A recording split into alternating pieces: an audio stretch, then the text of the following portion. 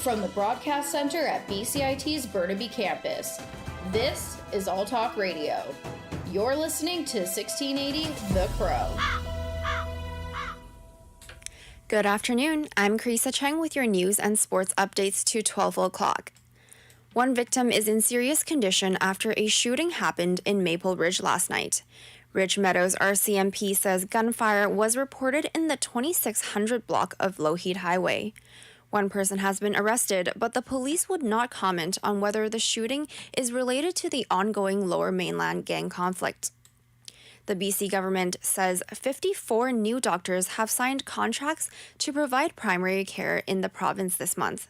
The Health Ministry drafted new incentives for new family medicine grads last summer. These incentives include a $25,000 signing bonus and a $75,000 contribution for their clinic costs. The ministry says an additional 60 family doctors are currently in discussions about clinic placements and potential contract terms. Richmond RCMP are looking for the driver of a gray minivan that hit a child and left the scene. Police say this happened just before 9 a.m. yesterday in Northwest Richmond as the 11-year-old boy was pushing his bike in a marked crosswalk. They say the boy has since been released from the hospital. The RCMP statement says the gray minivan was driven by a woman in her 50s with a bob-style haircut. They want to speak with anyone who has information about the incident. Canadian Tire is the latest sponsor to permanently pull its support for Hockey Canada. The company is joining others like TELUS, which was one of the first of Hockey Canada's sponsors to announce they will not be supporting the organization for the coming season. Reporter Adam Burns with more. TELUS says it's deeply disheartened by what it calls Hockey Canada's lack of action. The telecom company says it's committed to enabling systemic change to make hockey safe for everyone. The move comes as Hockey Canada continues to defend its leadership over the organization's handling of alleged sexual assaults. The decision by TELUS follows similar announcements by Tim Hortons and Scotiabank. Adam Burns, The Canadian Press, Toronto. Sport Minister Pascal St-Onge says only a wholesale change of leadership at Hockey Canada can save the organization now. Multiple corporate partners and hockey organizations in Ontario and Quebec are cutting financial ties to Hockey Canada. St-Onge says Hockey Canada's leaders have no more support as conversations get heated over their handling of sexual abuse and assault allegations. I think that it shows that Hockey Canada's leaders are losing support, that they no longer have support of their sponsors, of Canadian families that are sending their kids to play hockey, and they're also losing support from their own members. So I hope that they understand the message and leave before they burn it to the ground. Prime Minister Justin Trudeau says the federal government isn't in the business of creating organizations, but is open to the possibility if Hockey Canada continues to defend its leadership. Chartwell's recently signed a 3-year contract with the SFU food and service staff. Despite that announcement, contract workers feel the university is not doing enough to address the exclusion. Shivani Joshi learns more. The SFU food and service workers just received a raise, $2 per hour. Along with that, the university says they will be undergoing a process to become certified as a living wage employer. However, Enda Brophy of the Contract Workers Justice says the given timelines are vague. It wouldn't address vacation days, sick days, pensions, benefits, arbitrary scheduling practices, managerial bullying, and health and safety concerns. All of those things would be untouched by SFU becoming a living wage employer. I think that the living wage announcement it's like the labor version of greenwashing. Brophy says that the contract food and service staff will be redoubling their efforts until Simon Fraser University does the right thing. Shivani Joshi, 1680 The Crow. Halloween is creeping up on us, and Fright Nights will be open without any COVID restrictions this year. Our reporter Sylvia Senna has more.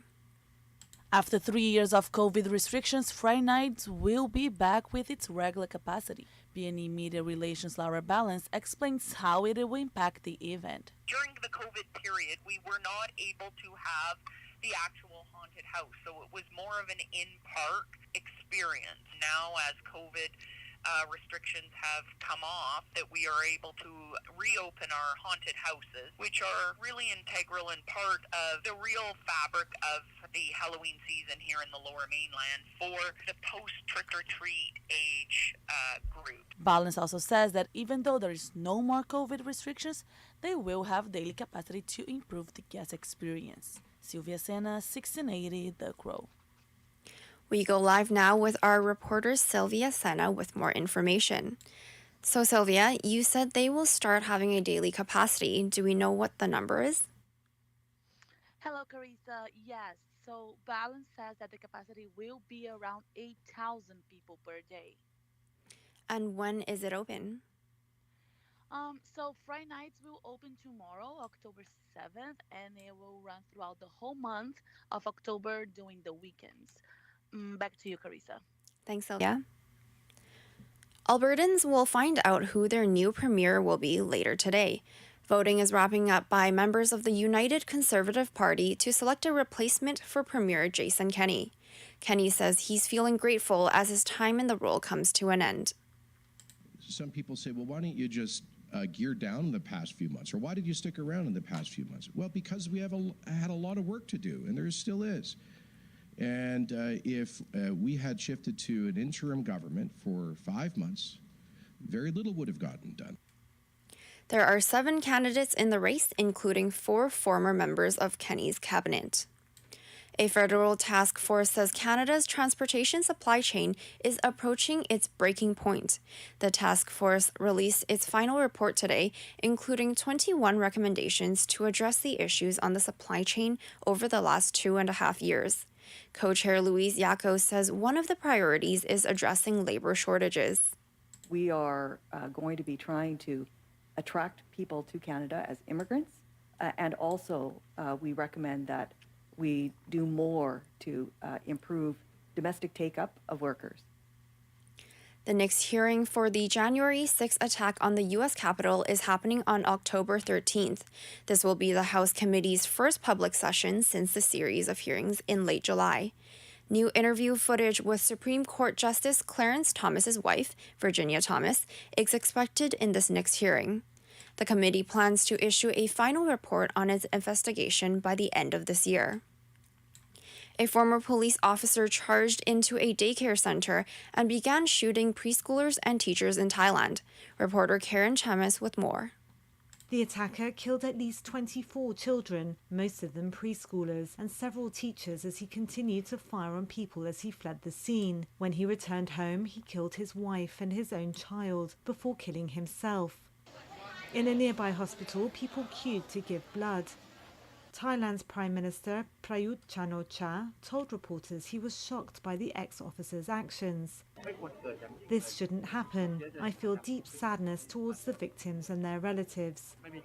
Hours after the shooting, a stream of emergency workers emerged from the daycare, each of them carrying white coffins. Authorities say the assailant was fired from the force earlier this year because of a drug offence. I'm Karen Chamas. Now on to your sports updates. The Vancouver Whitecaps are playing against Minnesota United on Sunday. Once they win this game, the Whitecaps will have secured a spot in the playoffs. Their playoff hopes seemed low just 3 weeks ago, but with Seattle and Portland losses, the Whitecaps have turned the tables around. The Canadian men's soccer team has climbed up the ranks to 41st in FIFA ranks. This comes as the World Cup is set to start just a month from now. Canada reached an all-time high of 33rd ranked last February. Canadian Maggie Cogger-Orr is getting ready to referee the Women's Rugby World Cup opener on Saturday. This will be her 8th test match. She has previously reffed in the Women's Six Nations in Europe and has officiated matches in Australia, Japan, and New Zealand. Cogger-Orr is originally from Canada, has lived in New Zealand, where the tournament is being held for the past 8 years. It is currently 16 degrees with a few clouds in the sky. We're expecting sunny skies for the rest of the week, but there is a 60% chance of rain on Monday. That's all for your news and sports updates to 12 o'clock. I'm Carissa Cheng for 1680 The Crow.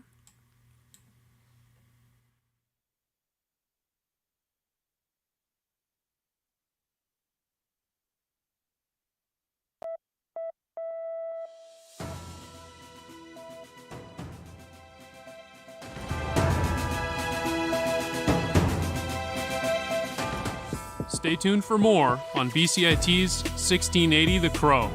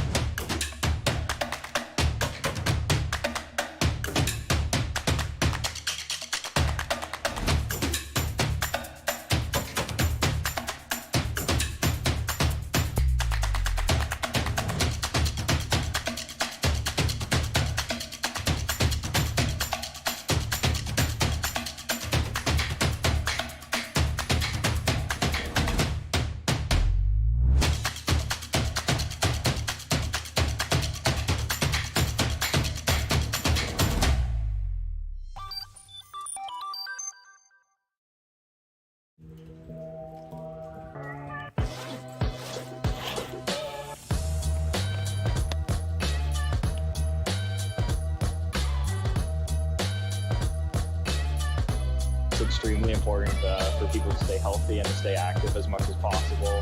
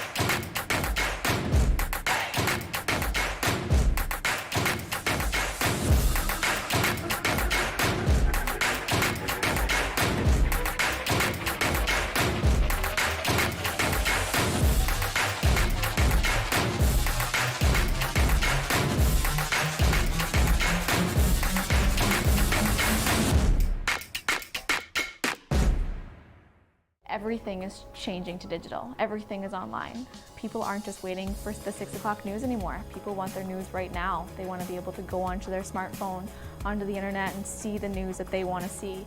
Vancouver is growing at, a really rapid rate, the Lower Mainland even, and with the tools that we're given here, we're able to cover all of that. Welcome to BCIT Magazine. I'm Radhika Sikakane. In the program, they really leave it up to you. I mean, the help is there when you need it, figuring out how to use the programs like Premiere, Audition, and figuring out how to use the cameras. But it's up to you to sort of experiment and figure out what you can do when you go out in the field. They brought candles and flowers to remember the student who lost her life yesterday. Theresa May says the international community condemns Moscow. They really make sure that you know the basics and you are able to put out a quality product. I'm Brady Tretanero. And I'm Radhika Siggi-King. Thank you for tuning in to BCIT Magazine.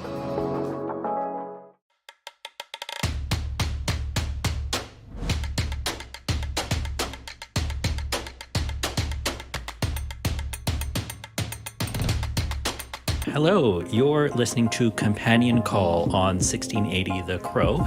I'm your host, Gurpreet Kambo, with my producer, Bonnie Chakawa, in the producer's booth over there. We're talking about neurodivergence in the post-secondary setting. I was diagnosed with attention deficit disorder as an adult in university, not at BCIT, somewhere else, but I went back to school to finish a bachelor's degree in my late 20s, after having had a rough time with it when I was younger, multiple goes at post-secondary as an adult.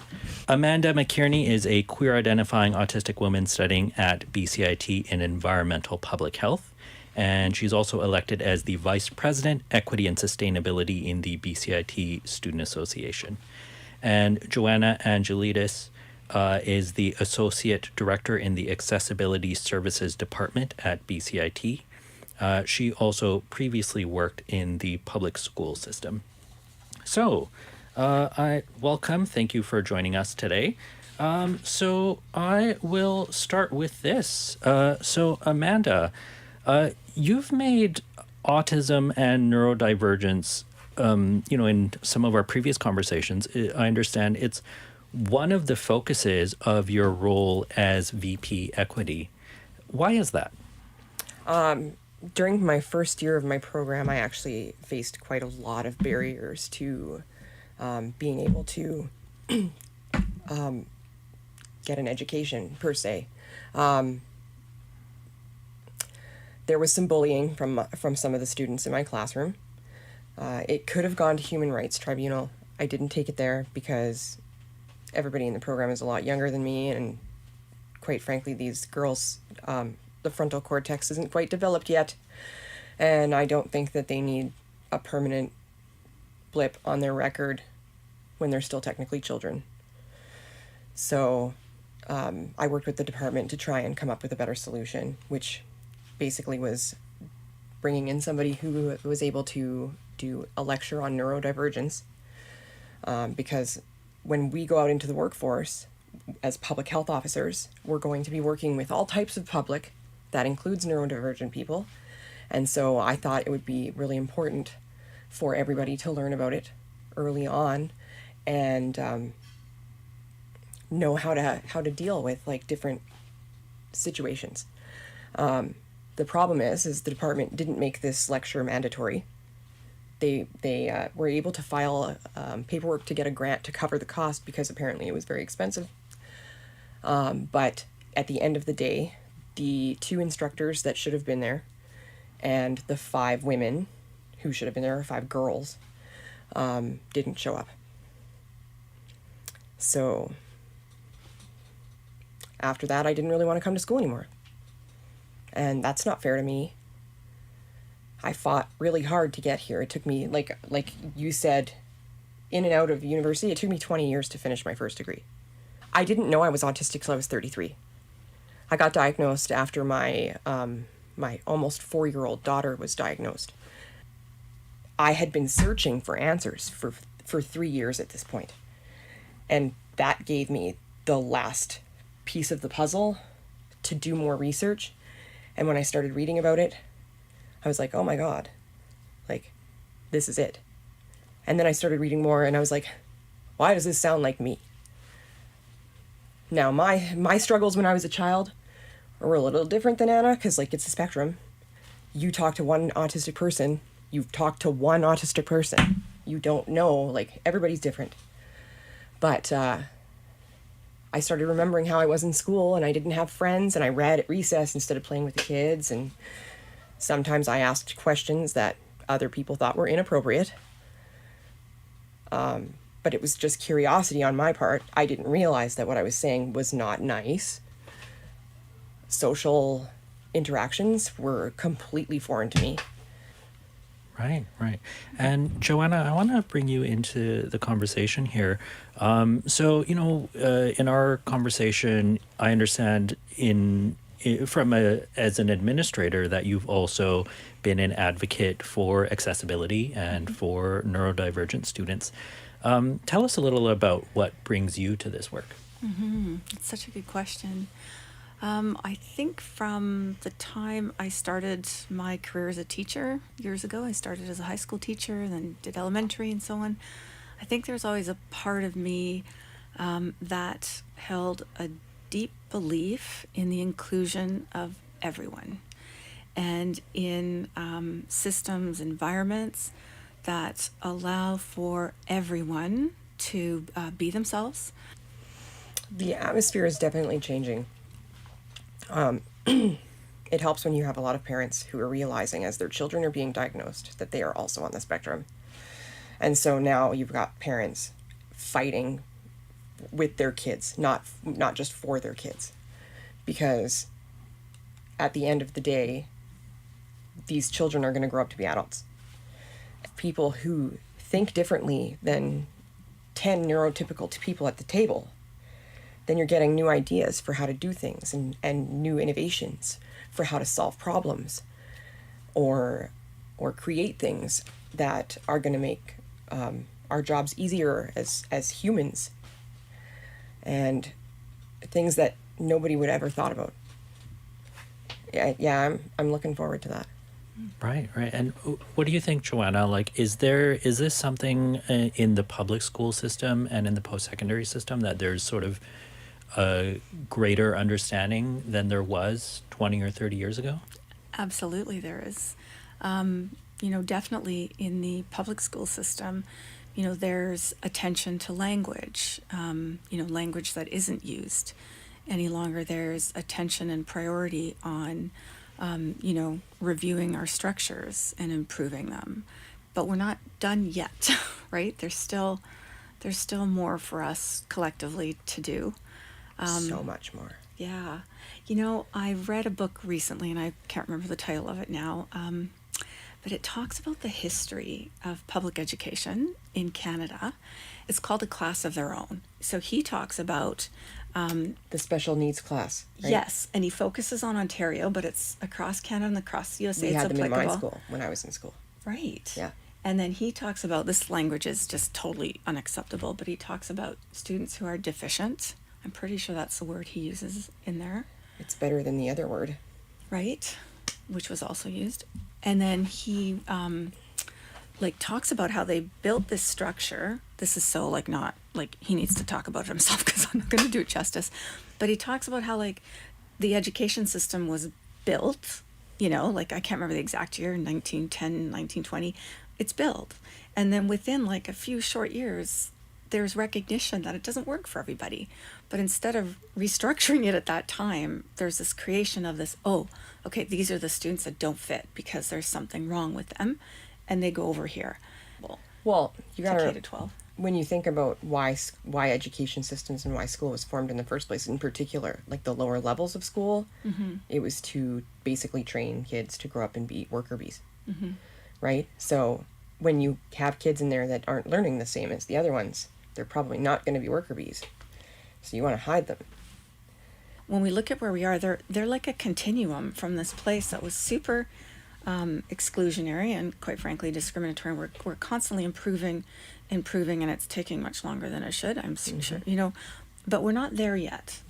Right? We're not even close. Right, exactly. So knowing this here, right, where we came from, I think is super important. So it's all political, right? I feel like it's not just, that a neurodivergent person has a disability because they function differently, right? It's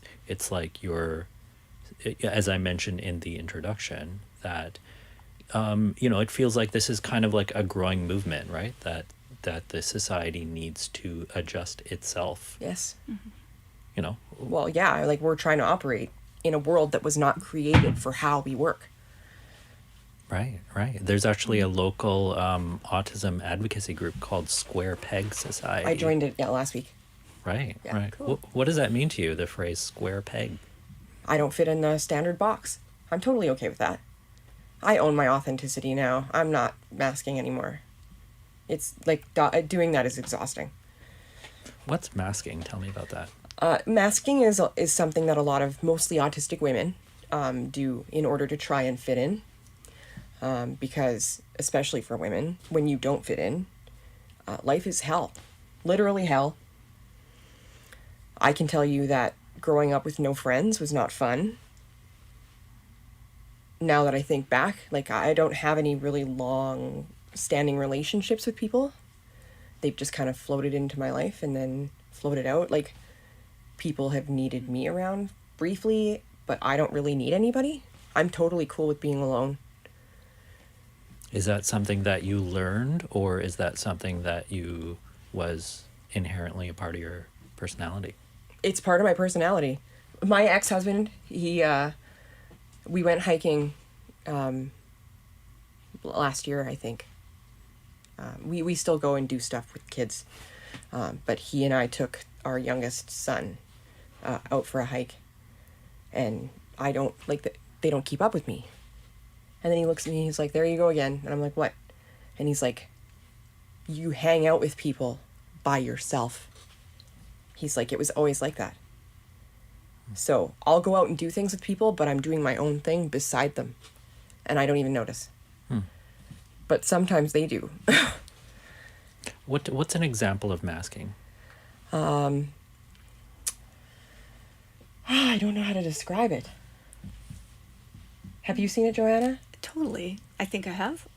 So like you recognize that a certain way of being is the norm and it's what's accepted. And so because you want to be included, because generally we all do, right? We're social beings, then you will hide something about yourself and conduct yourself in a way that fits that norm better, right? So you'll be accepted, I think. Is that Thank fair? you. Yeah. That basically described it pretty well.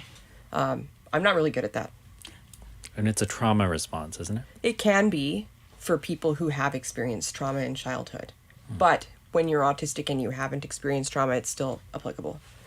Right. Yeah, and my experience of masking was that it was almost like a brute force response to like certain social situations. It's like you only learned this because of making the same mistake like many times again and again. And that doesn't necessarily mean you understood it. It was just like almost a trial and error kind of thing. Yep. It's exhausting too. It is right? totally exhausting. It's a lot of energy output. Yeah.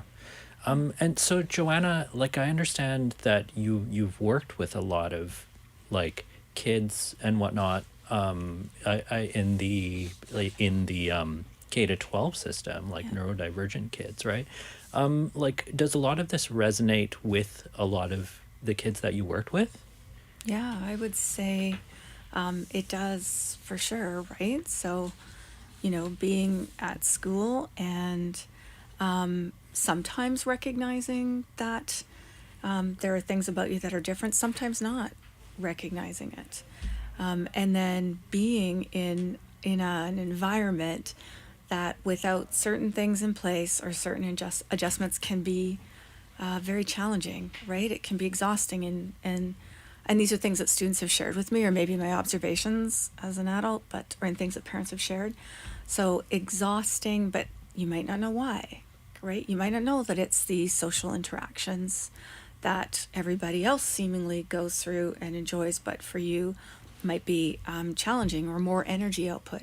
It could be noise. It could be the lighting. It could be the playground that is challenging, right? Or high schools where you're going in and out. So all these things that,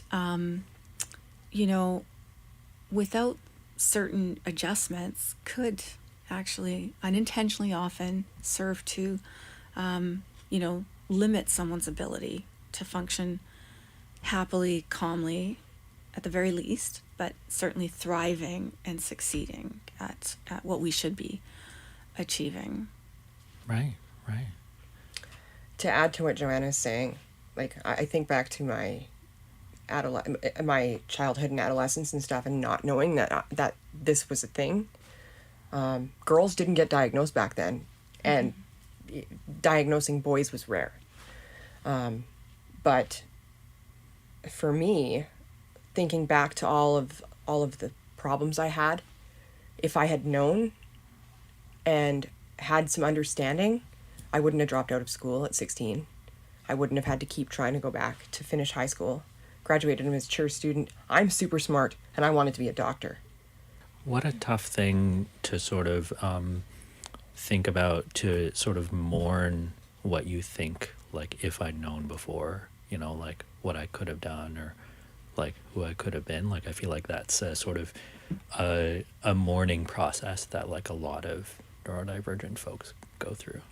When people uncover stuff about themselves that is particularly concerning or shocking, definitely like feel the feelings. They're valid.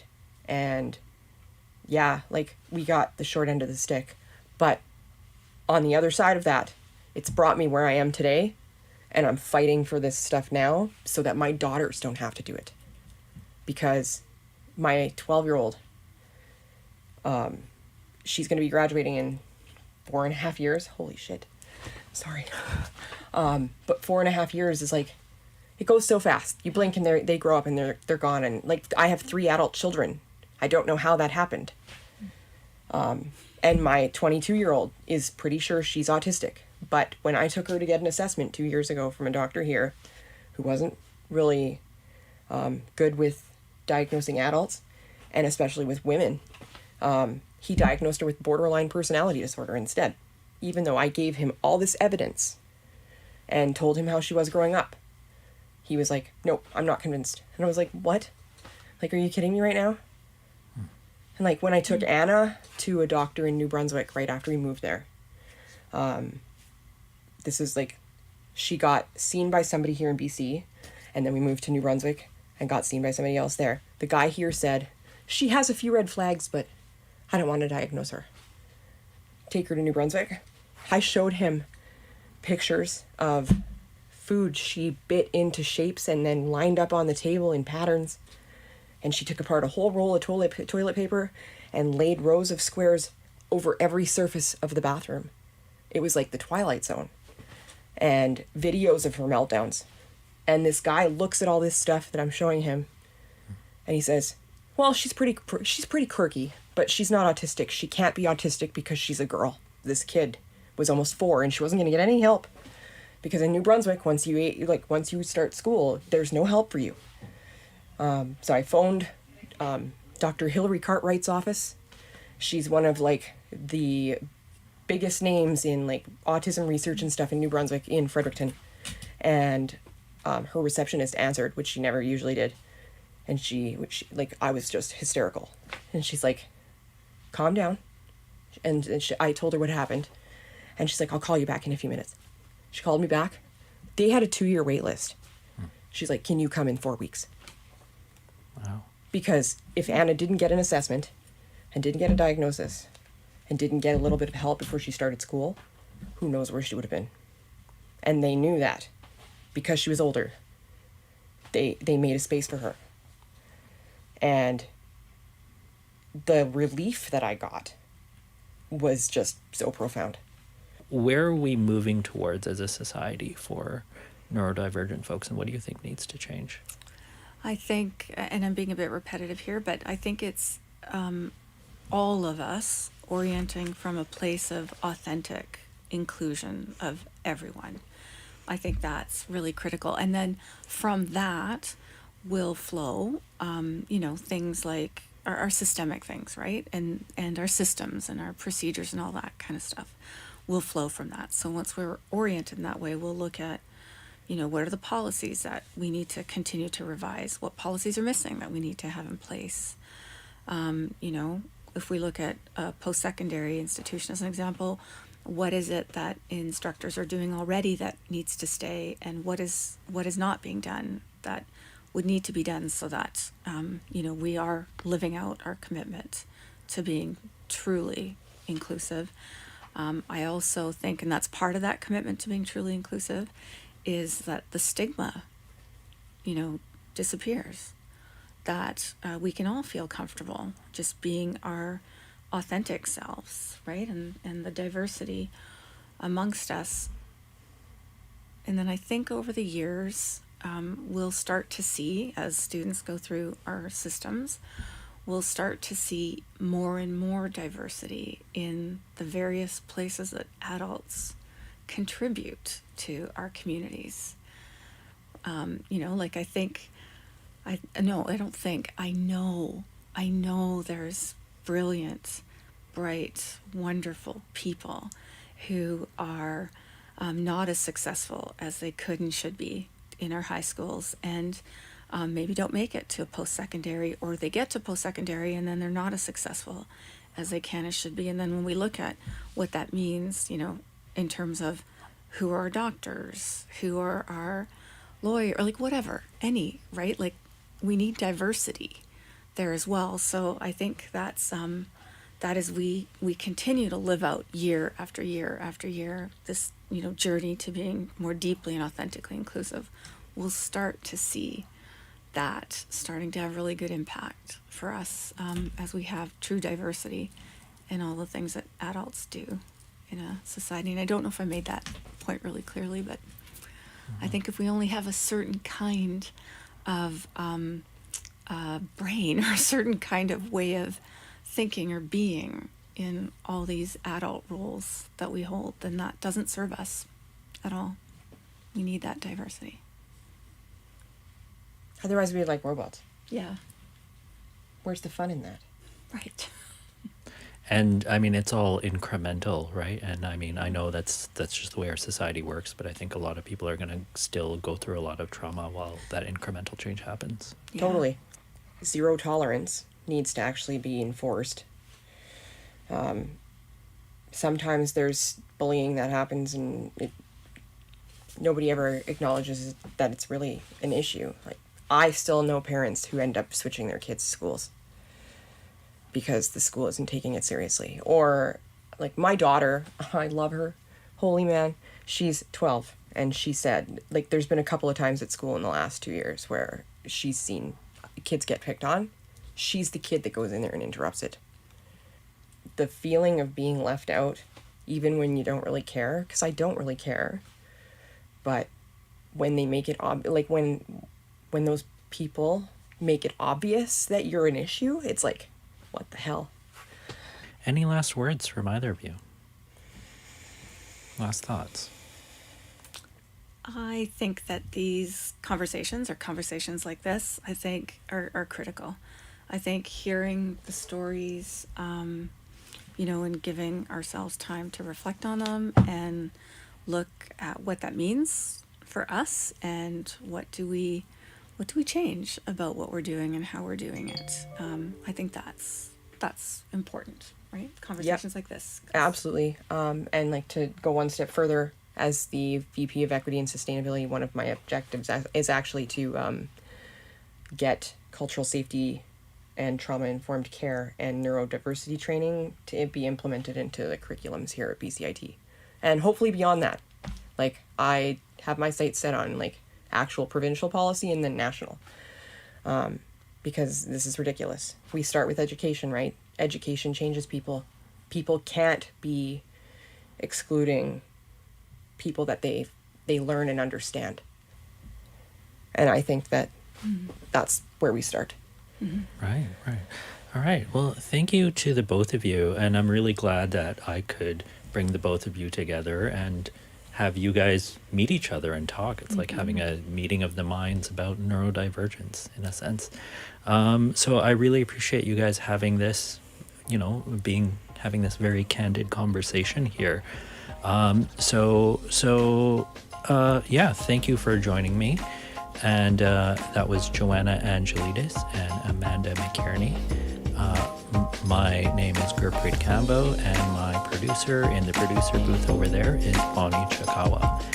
This is Companion Call on 1680 The Crow.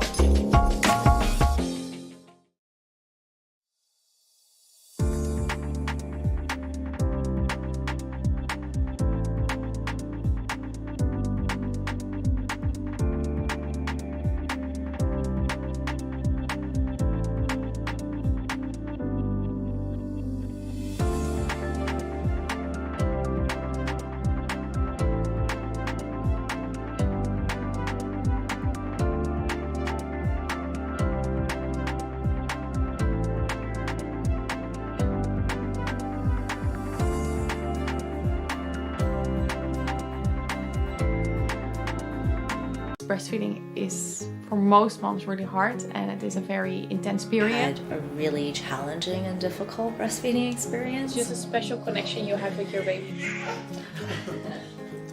Ultimately, it was the hardest thing I've ever done. It was harder than giving birth. You smell him, your breast milk changes, and it makes antibodies.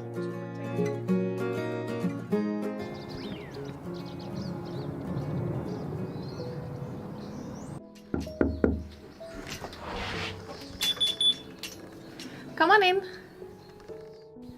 Hi, I'm Tessa, owner of Mama Milk Fairy. Welcome to my studio. This is where I make all my precious jewelry.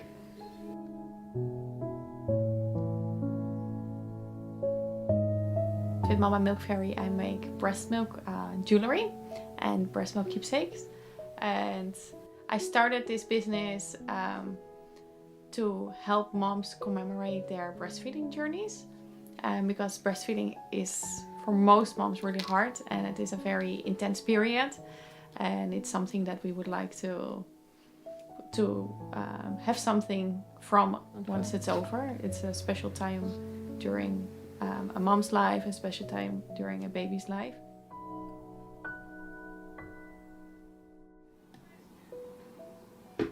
So moms, they send me their breast milk in, like, I'll try to cover the name a bit, like in a breast milk storage bag like this, and then they put it in some Ziploc bags because I send it by mail, just prevent leaking. And I then preserve it with my special preserving powder, and then it turns out to something like this. I don't know if you're able to see it. Is it like preserved breast milk? Once I've preserved it, I grind it really fine in the mortar and pestle, and I set it in resin, and epoxy resin. And many moms want to add some color, or they would like to add a little shimmer or whatever. Everything is possible, so whatever they want. Or I add a lock of hair from their baby, or dried umbilical cord. And once that's finished, I set it in either solid gold or sterling silver jewelry, setting in a pendant, or in earrings, or a ring.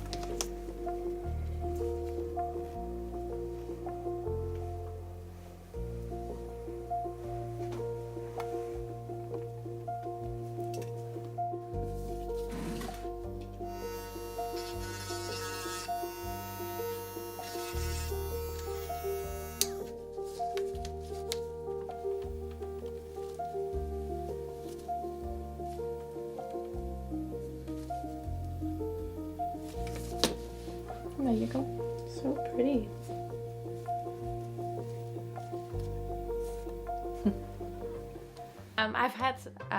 I've put a lot of things in there. The one that recently that I have been asked only once was a single eyelash from a mother's son from her baby, because he has such a beautiful big eyelashes. So she literally gave me one eyelash to work with, and it turned out really well. I have some pictures of it on my social media. It was just one beautiful black eyelash on there. How hard was it? Oh, very hard. It made me very nervous, because usually if they give me locks of hair, I have some more hairs to work with, or I can move it around a little bit. And with this, I only had one.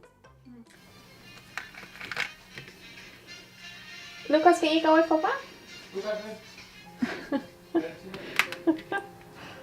So the main challenge for me was that our oldest son had trouble latching when he was just born. The first few days went very smooth, very easygoing, and then suddenly I started to have troubles with his latch. Well, I didn't know that at the time, but I started to have cracked nipples and started to bleed, and up till a point that it hurted so much that I couldn't feed him anymore. Another difficult moment when I was breastfeeding was when I went back to work. I had to start pumping because he went to daycare, and at that time I was working full time, and that was a lot of work, and it was really hard. And I don't know, I think that pumping mothers need more respect.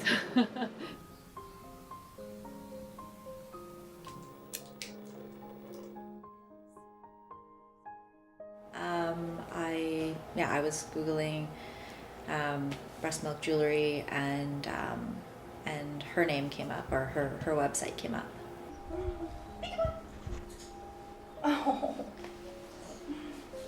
I had a really challenging and difficult breastfeeding experience, and it was just really, really, really hard.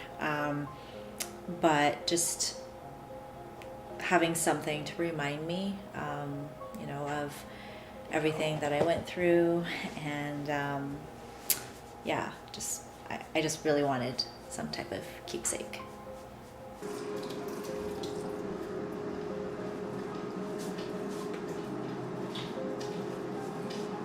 I mean, I think for me, I know when I opened the jewelry, I still get emotional thinking about it, just because my journey was so challenging and not at all what I had hoped for or anticipated. But I know when I opened the jewelry box, I cried.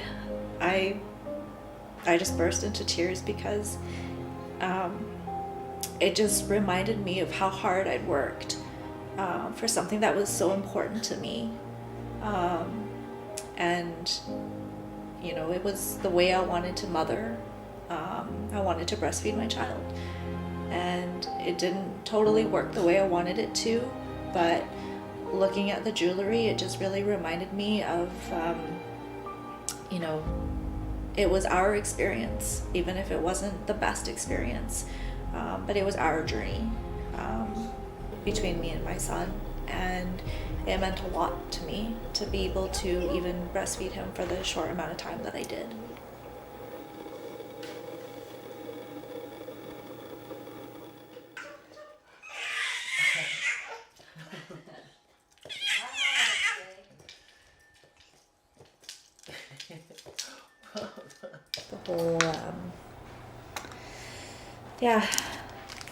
The whole journey feels like it's all wrapped up in one piece of jewelry.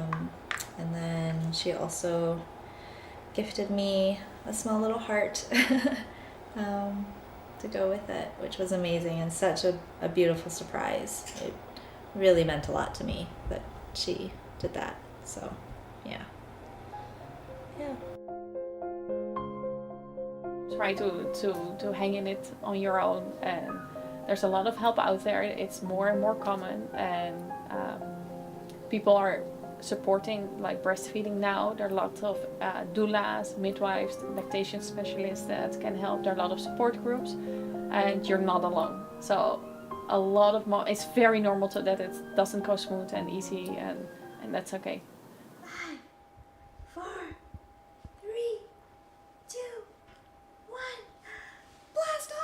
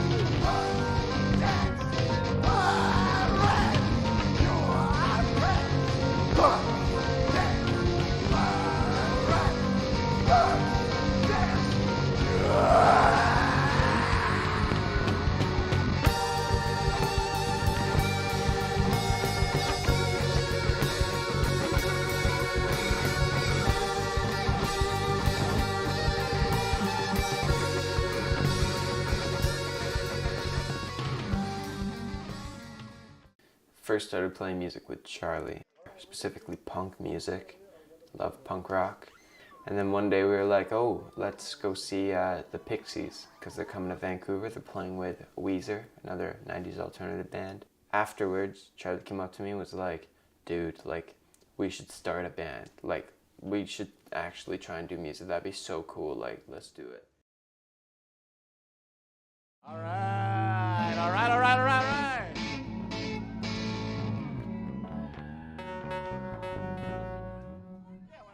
All right, this one's called Slap Bye Baby.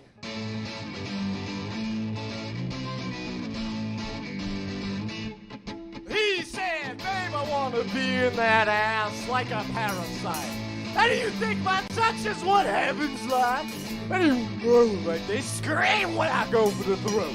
How do you know what it's like to watch blood pour on my nose?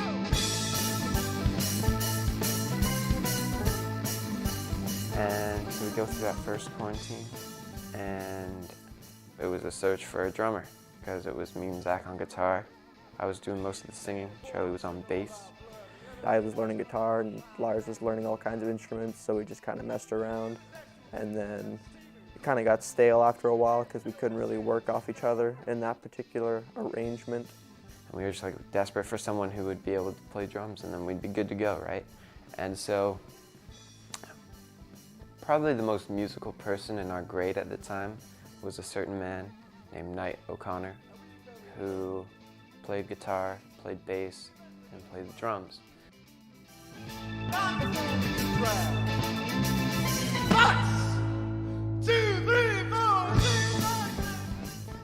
So, I mean, I knew everybody from high school. I knew Lars, Zach, and Charlie. And I knew that they were playing music together.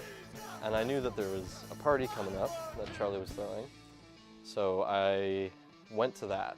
And I managed to corner Lars and Charlie. And I was like, hey, you know, I know how to play drums. And I heard that you guys are down a drummer. I can play drums for you if you'd like that.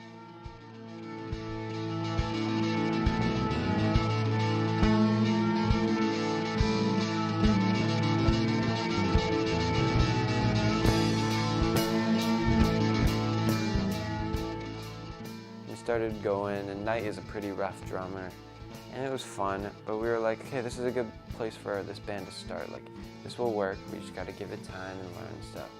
And we were like, all right, like, let's take a little break, right? And then we figured it out, because Knight's a way better bassist than he is a drummer. Lars is a way better drummer than he is guitarist. I moved to keyboard because I'm much better at that than bass. And Zach stayed on guitar because he's so good. And then we like played the best I'd ever played up at that point in any group setting ever. Played some of the most fun music, rough and raw, but exciting and new and fun. And we knew we would never go back to the old instruments. From that point on, we were like stuck in those spots.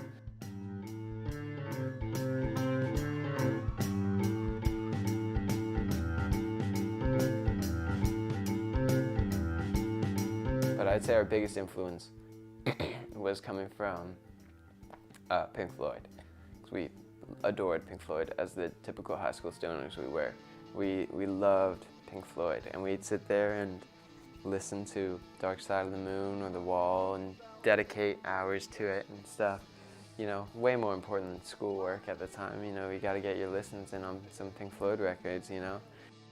But as to who I would compare us to and who we sound like the most, well, we get a lot of people who say we sound like the Doors. I've heard from a lot of people that we apparently sound like the Doors in terms of our musical arrangement. Which is funny because I'm not even that big of a Doors fan. But Charlie's a massive Doors fan, and once again, that's where the Doors got their sound, was through those keys and stuff. I don't think a lot of people have an answer for Knight's singing. He kind of just sings like Knight, he just shouts. I like it. As far as genre goes, Lars and I came up with psychedelic funk and punk.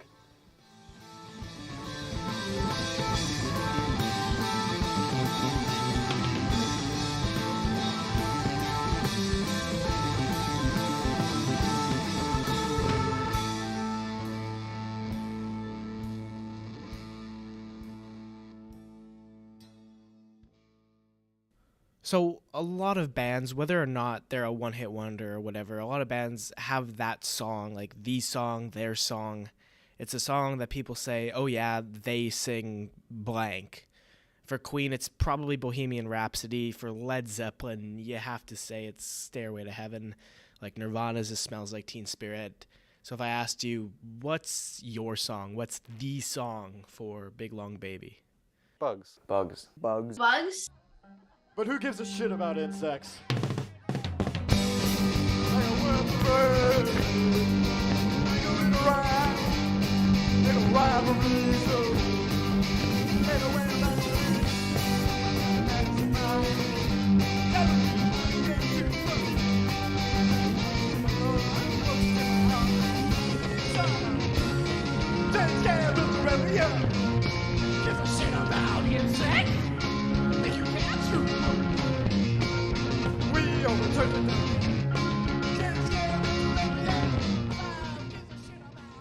I wrote Bugs about drug use, and how it kind of affected me, and how, you know, there's that blasé attitude.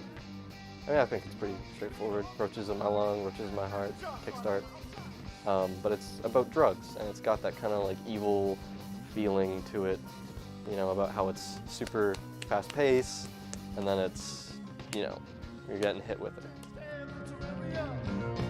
Give a shit about insects? Think you care too much? We don't take care of terraria.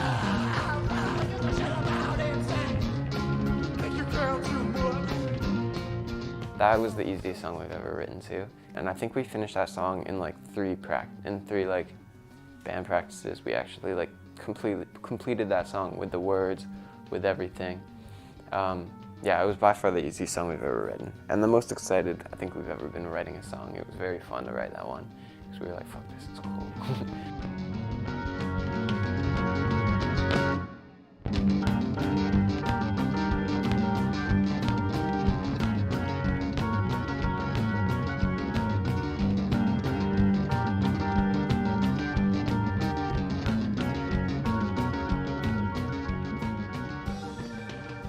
So I remember playing it, and I just sat there for, must have been like half an hour just trying to work it out.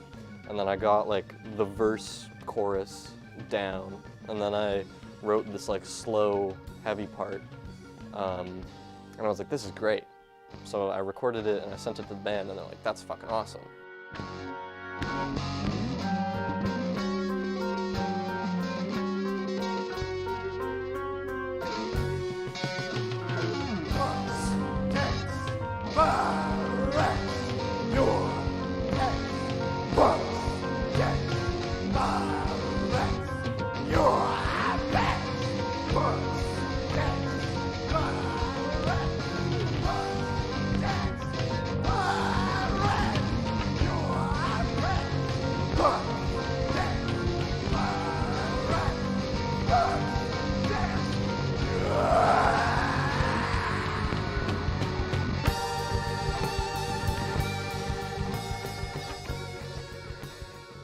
Yeah, I just really channeled how I was feeling into the words and made a singable melody that still kind of felt punky and had that attitude. And then I brought the words into practice, and then we played it together, and it was done. That was, I think, probably one of the first songs that we sat back and were really proud of.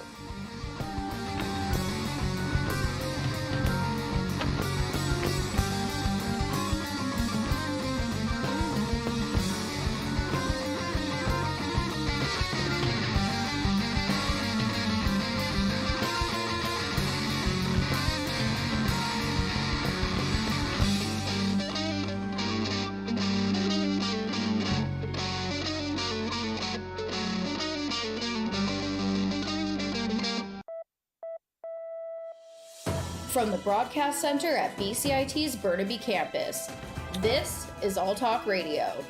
You're listening to 1680 The Crow. I'm Chad Asio here with your 1 p.m. news headlines. Prime Minister Justin Trudeau is floating the idea of creating a new national body to replace Hockey Canada. Speaking in Ottawa today, Trudeau told reporters that the scandal-plagued Hockey Federation has completely lost the confidence of Canadians. There needs to be wholesale change. They need to do it. They need to realize that if we have to create an organization, get rid of Hockey Canada and create an organization called Canada Hockey instead, people will look at doing that. Trudeau says it's inconceivable that Hockey Canada remains steadfast in its defense of its current leaders, adding there are plenty of qualified people who could run the organization. A towering amusement ride in Central Florida's tourism district where a Missouri teen fell to his death will be taken down because of the accident. The owner of the Orlando Slingshot said Thursday that the decision to take down the massive 400-foot ride in Orlando's International Drive district was directly linked to the death of 14-year-old Tyre Sampson last March. The company also said it plans to create a scholarship in the teen's name. An autopsy showed that Tyre Sampson suffered numerous broken bones and internal injuries in the fall, which was ruled an accidental death. The Biden administration says the United States will begin screening travelers coming from Uganda for Ebola as an additional precaution aimed at trying to prevent an outbreak in the African country from spreading. The travelers who've been in Uganda at any point during the past 21 days will be redirected to one of 5 major American airports for Ebola screening. An official says that with no suspected, probable, or confirmed cases of Ebola have been reported beyond Uganda, the risk in the U.S. is seen as low. Canada's top military commander has told a parliamentary committee that the armed forces is increasingly being tapped right from the get-go to respond to natural disasters. Chief of the Defense Staff General Wayne Erie says the military's top priority is protecting Canadians, but how they do it needs to change. So when the call comes, we shelve everything else to make sure that we have the capacity to respond at speed. But that being said, with the increasing frequency and intensity of these natural disasters, we're being called upon more and more to respond, not necessarily as a force of last resort, but in some cases a force of first choice. Erie says more needs to be done at municipal and provincial levels in order to prepare for disasters as they become more frequent and damaging. A former police officer burst into a daycare center in Thailand and killed dozens of people in what's being described as the country's deadliest rampage. Karen Chamath from the Associated Press has the story. The attacker killed at least 24 children, most of them preschoolers, and several teachers as he continued to fire on people as he fled the scene. When he returned home, he killed his wife and his own child before killing himself. In a nearby hospital, people queued to give blood. Thailand's Prime Minister Prayut Chan-o-cha told reporters he was shocked by the ex-officer's actions. This shouldn't happen. I feel deep sadness towards the victims and their relatives.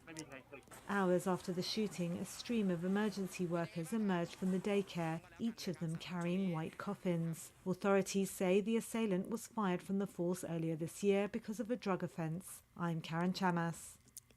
Ukrainian officials say 3 people were killed and a dozen more injured after Russia launched missiles that hit an apartment building in Zaporizhzhia. Reporter Britt Clinette has more. Witnesses say 7 missiles hit a residential neighborhood. These attacks come as Ukrainian forces keep up the pressure on Russian troops in the east and south of the country. And as Vladimir Putin signed into law the illegal annexation of 4 Ukrainian regions. Zaporizhzhia is one of the Ukrainian regions that Russian President Vladimir Putin claimed as Russian territory in violation of international law and is home to a nuclear plant that is under Russian occupation. Moving over to today's forecast in the Lower Mainland, we'll see daytime temperatures hitting 20 degrees. Tonight we can expect clouds and an overnight high temperature of 12 degrees. For the rest of the week, we'll see mostly sunny skies right through until Sunday. And great news for those BC wildfires. We are expecting rain this coming Monday with a 60% chance of showers. So get out your gumboots. And if you're traveling to the island this weekend for Thanksgiving, the ferries are already hitting up very high numbers. So if you want to get on the ferry, got to get there early. Currently, the Tsawwassen to Duke Point sailing for the 3:15 is completely full. So 5:45 is now lined up and currently at 18% full. And those are your news headlines for 1 p.m. I'm Chad Asleo for 1680 The Crow.